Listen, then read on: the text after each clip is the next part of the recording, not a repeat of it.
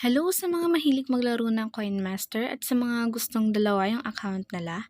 Ituturo ko po sa inyo ngayon kung paano mag-clone ng app ng Coin Master. Punta po tayo sa browser na may incognito tab gaya ng Chrome.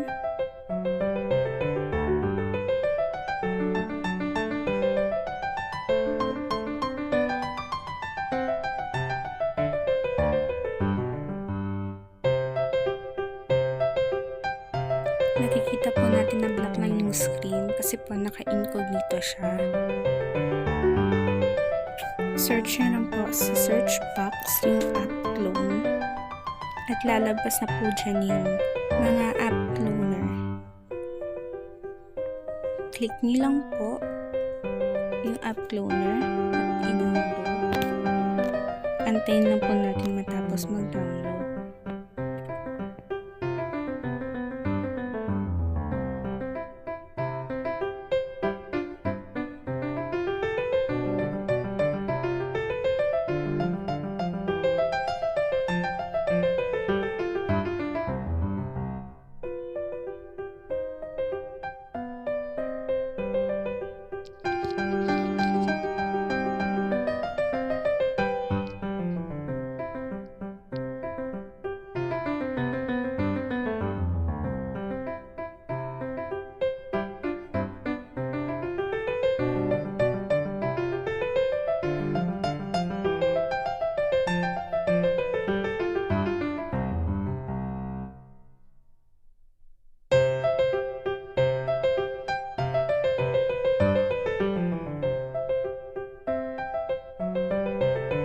Install lang po natin siya.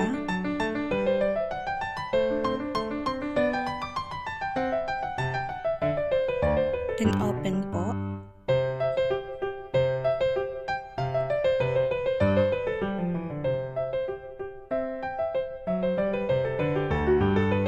Yung pipindutin po natin dyan yung maybe later.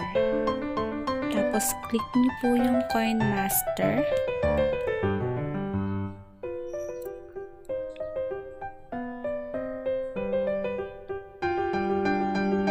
Ayan, may tutorial po siya kung ano yung mga pipindutin natin.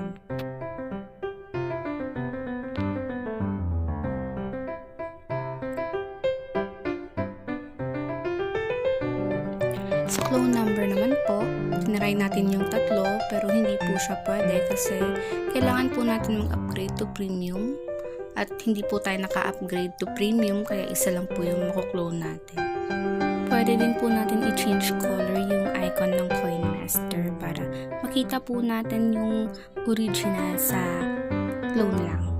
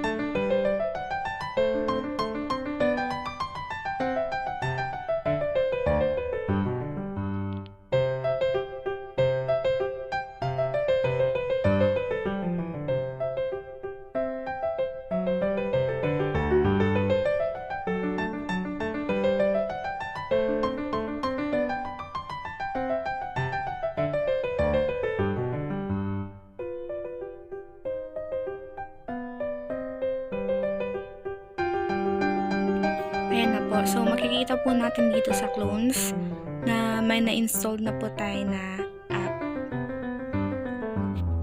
So, ito po yung na-clone natin na Coin Master app. Nasa labas po siya ng folder kasi kaka-install pa lang niya. Tapos, yung isang Coin Master ko po na account is nasa folder po siya ng mga games. So, ayan po. Mag-open na po siya.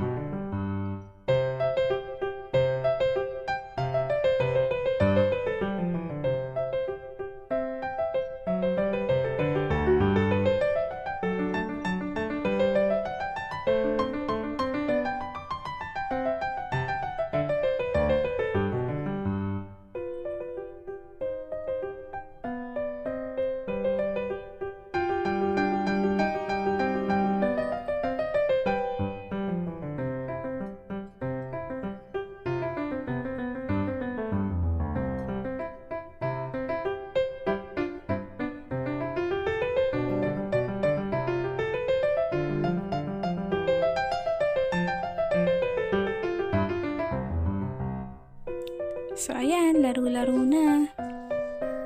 Thank you for watching, guys. Hope you enjoy. Don't forget to like and subscribe.